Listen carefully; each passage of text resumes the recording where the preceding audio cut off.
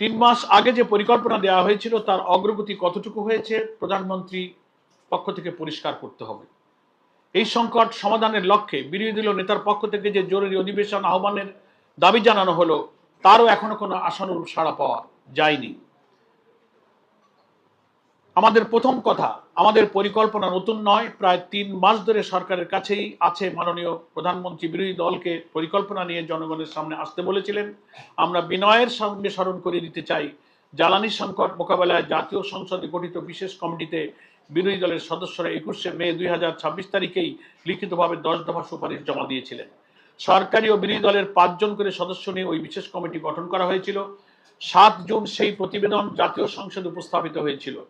কমিটির নিজস্ব 12 দফার পাশাপাশি বিরোধী দলের 10 দফার সুপারিশও প্রতিবেদনের সঙ্গে অন্তর্ভুক্ত ছিল। অর্থাৎ আমাদের পরিকল্পনা কোনো গোপন দলিল নয়, এটা সংসদের নথিতে লিপিবদ্ধ আছে, সংরক্ষিত আছে, সংবাদ মাধ্যমেও তা প্রকাশিত হয়েছে। ইতিপূর্বে গত 8ই আগস্ট জামাত ইসলামীর পক্ষ থেকে সংবাদ সম্মেলনের মাধ্যমে বিদ্যমান সংকট নিরসনে সুনির্দিষ্ট প্রস্তাব সম্বলিত বক্তব্য আমরা পেশ করেছিলাম। সেই 10 দফায় আমরা কি বলেছিলাম?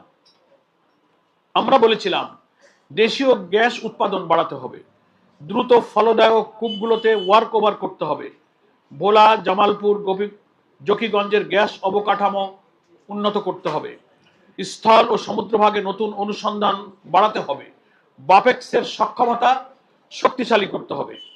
আমরা সিঙ্গেল পয়েন্ট মোরিং দ্রুত কার্যকর করার কথা বলছি, জ্বালানি সরবরাহ ব্যবস্থায় ডিজিটাল পর্যবেক্ষণের কথা বলছি, সৌর বিদ্যুৎ বাড়ানোর কথা বলেছি, ভবিষ্যতের বিদ্যুৎ ও জ্বালানি চাহিদা নির্ধারণে রাজনৈতিক প্রভাবমুক্ত স্বাধীন বিশেষজ্ঞদের দিয়ে সমীক্ষার প্রস্তাব আমরা দিয়েছি।